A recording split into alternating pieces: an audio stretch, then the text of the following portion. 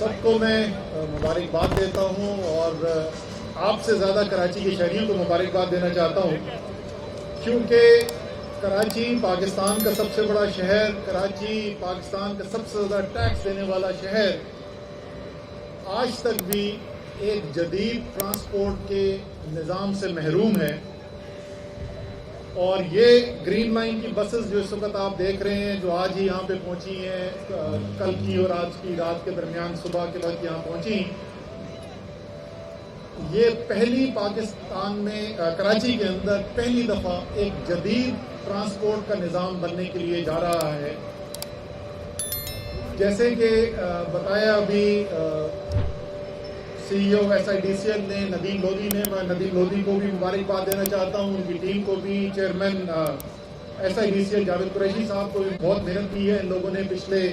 चंद माह के अंदर इस मंसूबे को मुकम्मल करने के लिए।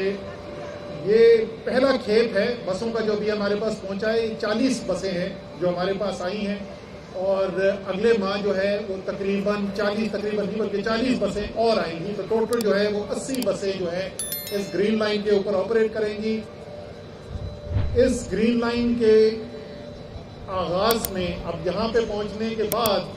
अब ये बसें, इसके ऊपर जो सॉफ्टवेयर सिस्टम है वो लोड होगा। कंट्रोल सिस्टम जो है वो पहले कंट्रोल रूम जो है वो तैयार कर लिया गया है, ट्रैक तैयार है,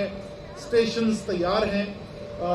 सॉफ्टवेयर लोड होगा, उसके बाद ड्राइवर्स की ट्रेनिंग होगी, फिर टेस्ट रन होंगे और इंशाअल्लाह ताला तकरीबन 2 माह के अरसे के अंदर कमर्शियल ऑपरेशन स्टार्ट हो जाएगा और कराची का ये पहला जदीद ट्रांसपोर्ट का मंसूबा